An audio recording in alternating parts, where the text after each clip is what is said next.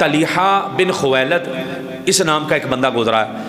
یہ خیبر کے آس پاس آباد تھا، اس نے بھی نبوت کا دعویٰ کیا اور آقا علیہ السلام کے زمانے میں ہی مرتد ہو گیا تھا، یہ نبوت کا دعویٰ کر کے خلق خدا کو گمراہ کرنے لگ پڑا۔ آقا علیہ السلام کو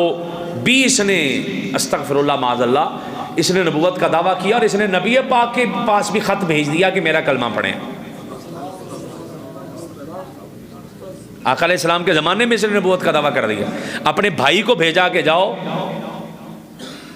جا کے نبی پاک صلی اللہ علیہ وسلم کی بارگاہ میں انہیں کہو کہ میں نبی ہوں، معاذ اللہ میرا کلمہ پڑھے۔ آقا علیہ السلام نے جو وہاں کے لوگ تھے ان سے پوچھا بھی کیا صورتحال ہے، تو وہاں حضور کے صحابہ تھے اور سردار تھے اپنے اپنے قبیلوں کے، وہ کہنے لگے حضور آپ تشریف لائیے، ہم آپ کے آنے سے پہلے اس کی گردن کاٹ کے پھینک دیں گے،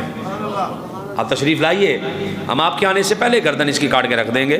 اب کیا کیا، نبی پاک صلی اللہ تعالیٰ علیہ وسلم نے ایک بڑی جماعت کو تیار کیا، جہاد کے لیے بھیجا، اسلامی جماعت طلیحہ کی فوج کے ساتھ جنگ لڑی، بڑی بے خوف ہو کے جنگ لڑے صحابہ کرام نے۔ نبی پاک صلی اللہ تعالیٰ علیہ وسلم کا وصال ہو گیا۔ آقا علیہ السلام کے وصال کے بعد کچھ لوگ ایسے تھے جو زکوٰۃ کے منکر ہو گئے، وہ بھی پھر اس کے ساتھ مل گئے۔ حضرت سیدنا صدیق اکبر رضی اللہ تعالیٰ عنہ کے، یہ مرا نہیں تھا اس ٹائم پہ، بچ گیا، یہ اس کی فوج ہار گئی، یہ نہیں مرا۔ زکوٰۃ کا انکار کرنے والے کچھ لوگ تھے، حضرت ابوبکر صدیق کے زمانے میں پیدا ہو گئے، حضرت سیدنا صدیق اکبر نے پھر اس کے خلاف لشکر کشی فرمائی اور اب یہ ملک شام کی طرف دوڑ گیا،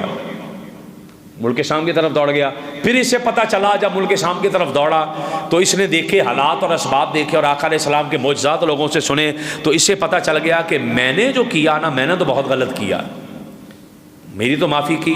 کوئی صورتحال نہیں بنتی۔ تو حضرت سیدنا عمر بن خطاب کے پاس آیا اور آ کر کہنے لگا اگر میں سچے دل سے مصطفیٰ کا کلمہ پڑھوں تو میرا اسلام قبول ہو جائے گا۔ آپ نے فرمایا تو آ جا،